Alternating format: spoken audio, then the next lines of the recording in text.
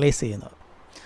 മലർന്ന് കിടന്നതിന് ശേഷം നമ്മൾ നമ്മുടെ ചെസ്റ്റ് ഉൾപ്പെടെയുള്ള ശരീരഭാഗങ്ങൾ മുകളിലേക്ക് പൊക്കിക്കൊണ്ട് ചെയ്യുന്നതാണ് സർവാംഗാസനം. സർവാംഗാസനത്തിൽ ശരിയായി ചെയ്യുമ്പോൾ അതിനുശേഷം വേണമെങ്കിൽ നമ്മുടെ കാലുകളെ 2 സൈഡിലേക്കും വിടർത്തിക്കൊണ്ട് പ്രസാരിത പാദ സർവാംഗാസനം തുടങ്ങിയ ആസനങ്ങളും ചെയ്യാവുന്നതാണ്.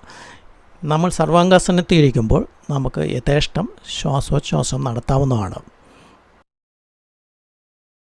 ഇവിടെ നമ്മുടെ കൈകളുടെ സപ്പോർട്ട് നമ്മുടെ ശരീരത്തിന് കൊടുത്തുകൊണ്ടാണ് സർവാംഗാസനം ചെയ്യുന്നത്. മത്സ്യാസനം. നമ്മൾ മലർന്ന് കിടന്നതിന് ശേഷം പുറകോട്ട് വളഞ്ഞ് നമ്മുടെ തലയെ നിലത്ത് പതിപ്പിച്ച് വെക്കുന്നു.